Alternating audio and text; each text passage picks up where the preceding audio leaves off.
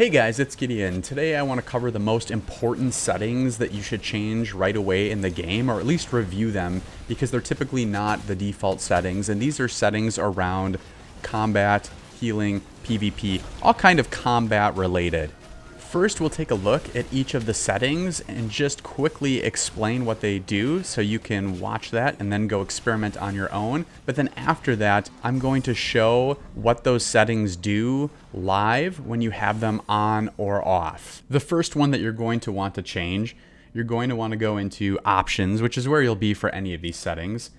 Go to gameplay, then go to combat, and it's actually pretty close to the top. It's the second section, and it says auto attack. It has its own little section.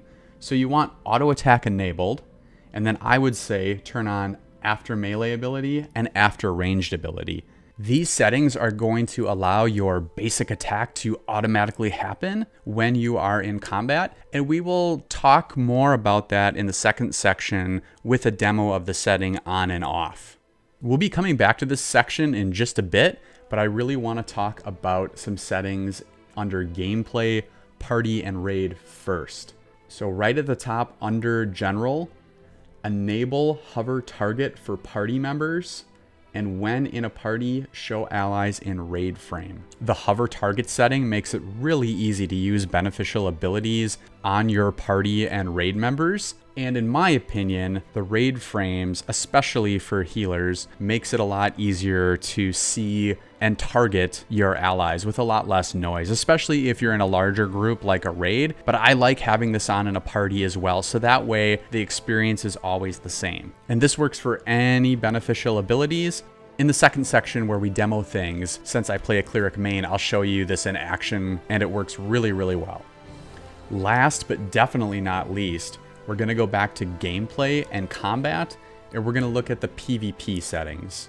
So the settings here are require force PvP to use harmful abilities on combatants, require force PvP to use helpful abilities on unaffiliated combatants, and include untargeted combatants with area of effect abilities. So reading these and getting these right or wrong is really, really important. The de facto default advice is to check the first two and uncheck the third one. Let's go into what these mean, because I think you'll probably almost always want the second one checked, the third one unchecked, and then that first one, depending on what your goals are, you'll have that checked or unchecked. If you find this content useful, you can do me a solid by giving the video a like, and definitely join in the discussion in the comments below.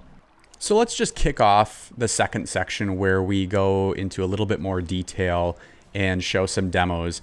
And we can kind of go in reverse order since we're already looking at the PvP settings. So this first one's really important when you're in a group especially. Require force PvP to use harmful abilities on combatants. You won't be able to attack other flagged players. So that means someone who's purple. That would commonly be when someone dies and they go loot and steal their ash pile. That will flag them. If you have that setting off, you won't be able to automatically attack them. If you have that setting on, you can decide to target them and attack them anytime you want, and then you will become flagged as well. If you're in a group and you're working on just leveling up, getting experience together, and you could accidentally tab target and attack them and you didn't mean to, and now you're flagged. And then if your healer in your group casts even just an AoE heal, that will flag them as well. And maybe you guys didn't want to get into a big PvP battle. Now there might be a scenario where you wiped or something, meaning you all died. Another group looted your stuff and they're kind of hanging around. They want to take your spot and you're like, you know what, screw it. We're better than them. We can kill them. Then you want to all go in and turn on that setting and go have fun, go PvP.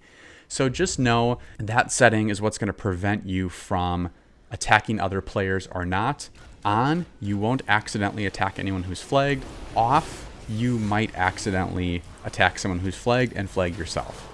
So the second option, require force PvP to use helpful abilities on unaffiliated combatants.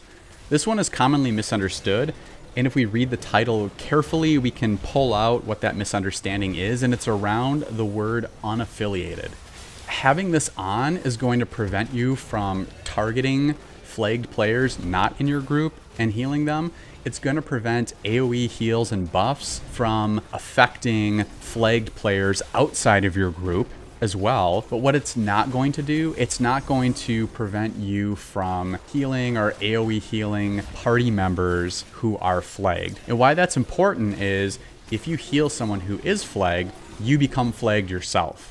So if you want to prevent yourself from becoming flagged when trying to heal your group and someone is flagged in your group, your only choice then is to use single target healing and buff and shielding abilities on those individual party members that are not flagged. And if you can, let the party know that's what you're doing. You might have to rely on the flagged member escaping or letting them die and rezzing them if you really don't want to become flagged because you know you're going to be attacked and killed yourself. Now, if you're in some sort of situation where you want all of your buffs and heals and shields and abilities to apply to anyone and everyone it can around you, you're fine being flagged up, you're there to fight, you could turn this off. But I think the vast majority of the time, you're always going to want to have this setting checked. This last one's pretty straightforward. Include untargeted combatants with area of effect abilities. The common scenario here is you're in a group, you're just working on leveling, and a flagged player runs by and you use an AoE ability. This prevents you from accidentally doing damage to them and then flagging yourself, and then potentially, you end up flagging your group because your healer gets flagged, etc., etc. So that's just kind of a safety valve there for those AoE abilities. Now, once again, maybe you want to check that box because you're there to fight, you're there to PvP, you want to damage absolutely everything you possibly can around you, have fun, go nuts. Usually, I recommend having that turned off for regular gameplay. So now I want to flip back over to that gameplay party and raid setting that we looked at, or two settings actually. Enable hover target for party members, and when in a party, show allies in a raid frame. So now you're going to see these two settings working together. If you look at my hotbar and any of my cleric footage, all of my targeted healing abilities are shift and a number, or control and a number. And I mouse over the party frame and just activate that ability, and it targets them, it casts the ability, and I do not lose my primary target. So I can be auto-attacking the boss or the mobs that we're fighting, and I don't lose my target, yet I can target them by hovering and casting those abilities. That's so clutch for clerics and for bards. Circling back to the auto-attack settings under options, gameplay, and combat, let's take a look at some footage so we can see how this works. When we do a basic attack, we're not going to continue auto-attacking after the fact. And when we use one of our abilities, whether we have our melee weapon selected or we have our ranged weapon selected, we're not going to start attacking with our basic attack after we use one of our abilities. When we turn the auto attack enabled setting on, as well as the after melee ability and after ranged ability, you'll see when I use one of my abilities, I'll start attacking with my basic attack and continue doing so. And that works for melee or ranged. Now, I do like the fact that they have separate checkboxes for both of those, because you could use swapping to your ranged weapon, for example, as an out to stop your auto attacks for some particular reason if you're trying to get out of combat and get away or something like that. So play with those settings, see what is right for you. I think for most people, most of the time, having all three boxes checked is the best solution, and just hitting escape to end your auto attacks. But just know those options are there in case you want to use swapping to melee or ranged as a way to stop auto attacking as well. So if you made it this far, hopefully that level of detail on all of these settings was useful for you. I would love to hear what other settings you guys think are really, really important in the comments. I do my best to respond to each and every one of them as I have time. If you're looking for a super duper extra way to help support the channel, I do have memberships and super thanks enabled, and I'll always answer member comments first, but none of that is necessary. So thank you for watching, and until the next one, peace.